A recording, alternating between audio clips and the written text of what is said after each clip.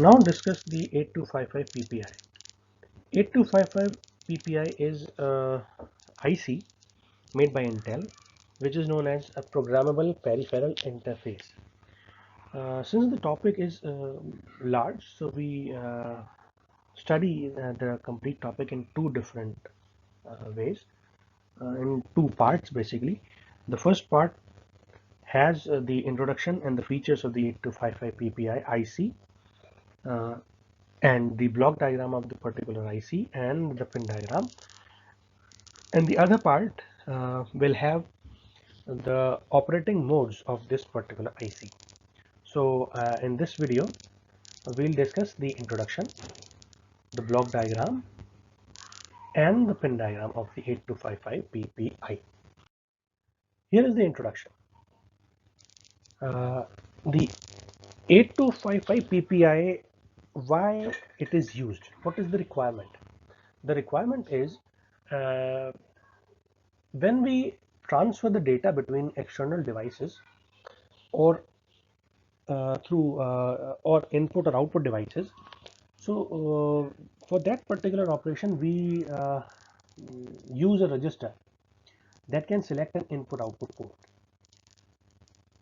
but having a separate register and configure them for the operations of input and output, for each operation of input output related, then it might be very difficult and a tedious task, because we need to configure each and every single register to connect to a specific port, to read the data from that specific port, or to write the data from a specific port, or the device connected to a specific port. So why not this particular task, the configuration task, is done by some other IC, so that we directly connect with the port and simply transfer the data either for read operation or for the write operation. So that is the main idea behind why it is used. So Intel design a specific IC, that is 8255. This is nothing but programmable peripheral interface, with the objective of interfacing the input and output devices, and that interfacing is done using the Intel microprocessors. So Intel microprocessor like 8085 and 8086 can be used to connect the input and output devices using the processors of Intel, that is 8085 or 8086 for example. So this 8255 programmable peripheral interface is a very popular and versatile, because it can easily be programmed and can work in different configurations, different operating modes. We'll discuss each and every single point in detail in the coming coming slides. So here is the features of the 8255. The feature contains the three 8-bit registers. These 8-bit registers are nothing but the ports. So we have 3 ports of 8-bit each. So total 24 bits of data can be used to read or write, or for read and write operations both. The 3 8-bit ports are named as port A, port B, and port C. This port A and port B can be used as a separate 8-bit port, but port C can be used as a combination of two group of 4 bits. That means it can be used as a 4-bit port. So as port C is having a total 8 bits, so we have two ports of port C of 4-bit each. The first one is known as the port C upper, PCU, and the other one is known as PCL, that is port C lower. Each of the 3 ports can be programmed independently for input or output, or input output operations. So there may be a possibility that we connect port A with input configuration only, port B with output configuration only, and port C with input and output both at the same time. We have connected in keyboard from port A, we have connected a screen or LCD projector or printer or any other output device with port B, and we have connected a USB kind of flash drive kind of device with port C that can transfer the data from the processor to the chip, or from the chip to the processor. So input and output, both operations can be performed. So this each single port can be programmed for I/O related operations. Now to combine it effectively, we have grouped the total 4 ports, port A, port B, and port C upper and lower, total 4 ports, into 2 groups, group A and group B. So group A basically consists of port A and port C upper, and group B consists of port B and port C lower. So total 4 ports are connected with 2 groups. For the input output, simple input output mode, or handshake mode, or data transfer between input and output modes, all the ports can be programmed. We'll see what how the programming is done, how the operations are controlled, and how the groups are made, how the modes can be controlled in the next slides. Port C can be reset or can be set bit by bit or individual bit of the port C in BSR mode. Basically, it works in 2 modes: BSR mode or input output mode. So in BSR mode, port C, every single bit or any bit of we want, we can set or reset accordingly, but for BSR mode only. For other input output mode, we need to use simple input output or handshake input output, or the other type is the bidirectional input output. We'll discuss in the next slides. Here is the block diagram of 8255. Now, as we have discussed, we have mentioned that it has 3 groups: group A, port A, sorry, 3 ports: port A, port B, and port C. So port C can be divided into 2 further parts of 4 bit each. So port C upper and port C lower, we have decided. See, port A is having 8-bit, port B is having 8-bit, and port C is divided into 4 bits of port C upper and port C lower. Now in the previous slide, we have already discussed that port A and port C upper is connected or is collectively known as group A. So this group A, port A, and this group A, port C upper. Similarly, port C lower and port B is collectively grouped in group B. So this port C lower and port B is combined in the group B. Each port is having a separate input output pins. These are known as PA7 to PA0. That means it has 8 different lines. PA7, that means port A 7th bit to port A 0 bit. Similarly, this is having port C upper. So upper, that means PC4 to PC7. That means PC4 port C4 bit to port C 7th bit, and that is input output. They are connected in both the directions. It's a bidirectional data transfer because any single port can be used as a input as well as the output port. So it is simply bidirectional. It is bidirectional. It is bidirectional, right? And PC3 and PC0, that means port C lower, and PB7 to PB0, that means port B complete. Now, to control group A and group B, we need to have a group A control as well as group B control. So this group A, port A, and group A, port C upper is connected with the group A control. Similarly, group B and port C lower and group B, port B is connected with the group B control. It is simply connected with group A and group B control. Now, collectively they are controlled by a control logic of the 8255, that is known as read-write control logic. This does not only controls the ports, it also controls the operation. That is why we have mentioned the name, that is read-write control logic. So it controls the operations of the ports, plus it controls which type of port, which port is connected, which port is being used, and which port is used in which configuration, input or output or input output both. So these are connected, these are controlled by read and write path, active low read and write signals. They are similar to the read and write active low signals of 8085 or 8086 microprocessor.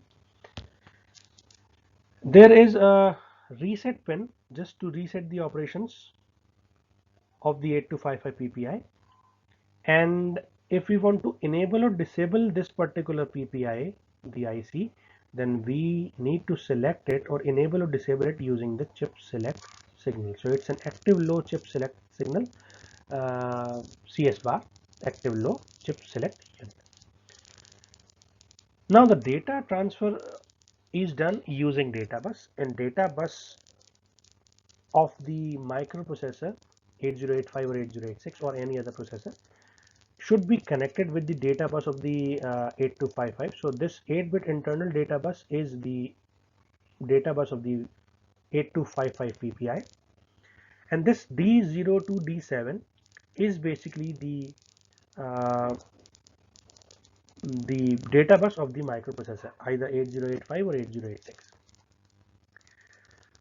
So this read and write control logic controls the data bus buffer, whether the data transferred is enabled or disabled.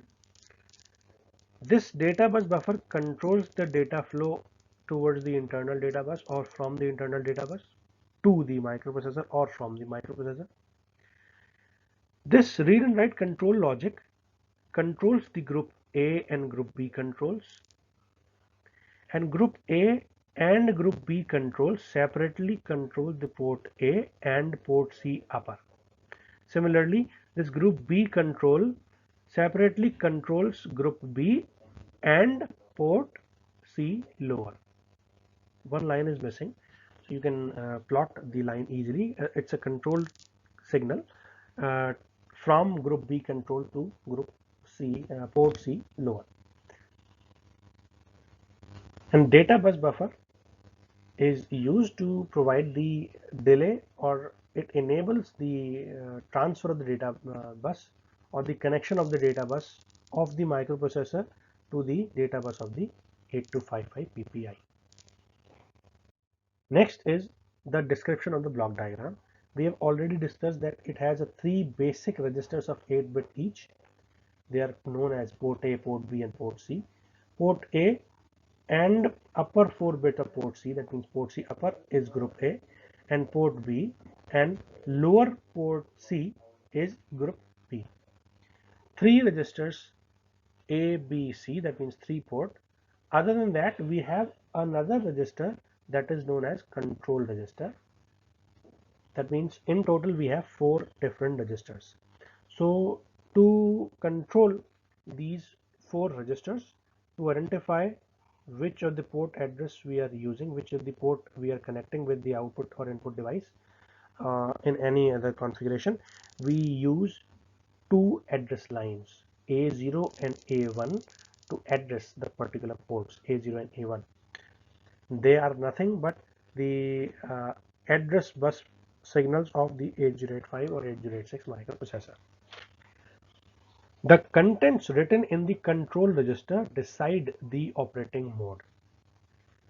So the control register, the contents of the control register tells us, suggests us, or decide whether the port C or port A or port B is connected to which, or is operating in which type of mode. Next is the port selection. To select the chip, at least we need to set the chip select signal. If CS bar is an active low signal, or it's an active low signal, that means its value should be 0. If it is 1, that means the chip is not selected. That means simply if its value is 1, that means 8255 is not selected. And when its value is 0, that means the chip is selected and we can select any of the port using A0 and A1. So depending on the values of A0 and A1, we select port A, port B, port C or control register. We have 4 registers: port A, 8-bit register; port B, 8-bit register; port C, 4 4-bit registers, that means 8-bit register, and control register, that is of 8-bit also. So depending on the values of A0 and A1, we select port A, port B, port C or control register. So when the values are 0 0, simply decimal value is 1 0, that means we'll connect it with port A. 0 1, that means port B. 1 0, that means port C. And if its value is 1 1, that means we are writing the data or reading the data from the control register, that is a part of control unit. Next is the pin diagram, the pin details of the 8255. Similar to 8085 and 8086, 8255 is also a IC having 40 pins. So 40 pins, we have 3 ports: A in red in this particular picture, B in green, and C in blue. So 8-bit of A port, 8-bit of B port, and 8-bit of C port. That means 24 pins are for ports are used to define the ports. Port A, A7 to A0, port B 7 to 0, and port C 7 to 0. That means 24 pins are used for defining the ports. 8 bits are used to define or to connect the data bus of the microprocessor with the data bus of the 8255. So this 8 bit is also the D7 to D0. That means it's pink colored in this particular picture. Now we have discussed 24 plus 8, 32 pins. For every single pin we need to have two basic pins, that is VCC and ground. That means 24 plus 8 plus 2, that is 34 pins. We have discussed VCC and ground. So remaining we have left with only 6 pins, and these 6 pins are directly and indirectly connected with the control read and write control logic, control register in the block diagram we have already discussed. So the first one is read bar and write bar. These two are active low signals. So read bar and write bar, these two are active low signals. These 2 pins are connected. Another very important is chip select. If we want to enable or disable the chip, that means chip select. Then if we want to reset the pin, then we have a reset pin, that is here. And to operate or to select any of the port, we need 2 address pins, that are A0 and A1. So A0 and A1. So total 24 plus 8 plus 1, 2, 3, 4, 5, 6 and 7, 8. Total 40 pins are described here. The next is description. We have already discussed. CS bar is to enable the chip. 3 ports, port A, port B and port C, having 8 bits or 8 lines, that means total 24 pins.